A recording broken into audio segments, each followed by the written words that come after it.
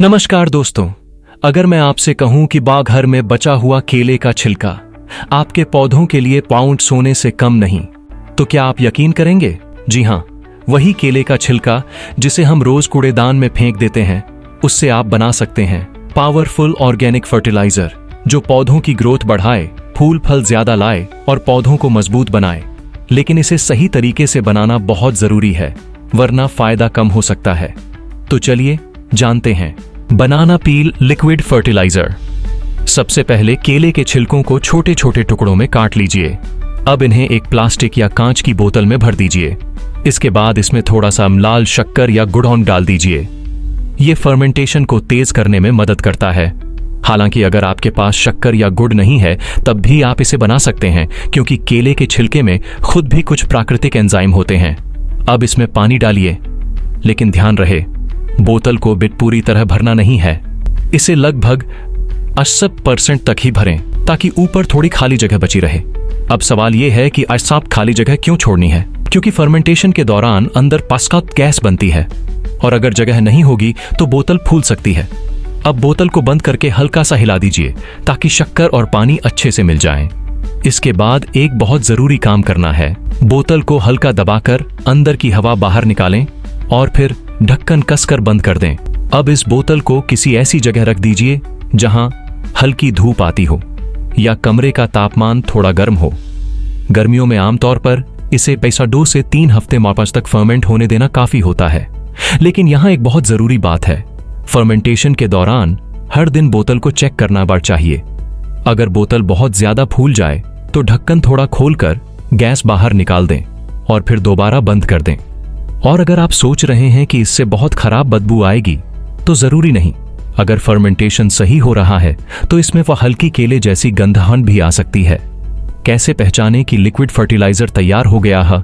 बोतल को हल्का सा हिलाइए। अगर अंदर छोटे छोटे बुलबुले बने और करीब 20 सेकंड के अंदर गायब हो जाएं, तो इसका मतलब है कि फर्मेंटेशन लगभग पूरा हो चुका है। जितनी अच्छी तरह फर्मेंटेशन होगा, बुलबुले उतनी जल्दी गायब होंगे। अगर रोज रोज छिलके इकट्ठा हों तो क्या करें? अगर आपके पास रोज केले के छिलके बचते हैं लेकिन आप तुरंत खाद नहीं बनाना चाहते, तो एक आसान तरीका है, छिलकों को फ्रीजर में जमा कर लीजिए। जब पर्याप्त मात्रा में छिलके इकट्ठे हो जाएं, तब एक साथ खाद बनाइए। फ्रीज करने का फायदा यह है कि इससे छिलके की कोशिकाएं टूटने लगती हैं और बाद में फर्मेंटेशन तेजावन हो सकता है। पिघलने के बाद केले के छिलके काले भूरे दिख सकते हैं। यह सामान्य बात है। इस लिक्विड फर्टिलाइजर का इस्तेमाल कैसे करें? अब बात करते हैं सबसे जरूरी हिस्से की, इसे इस्तेमाल कैसे करना है।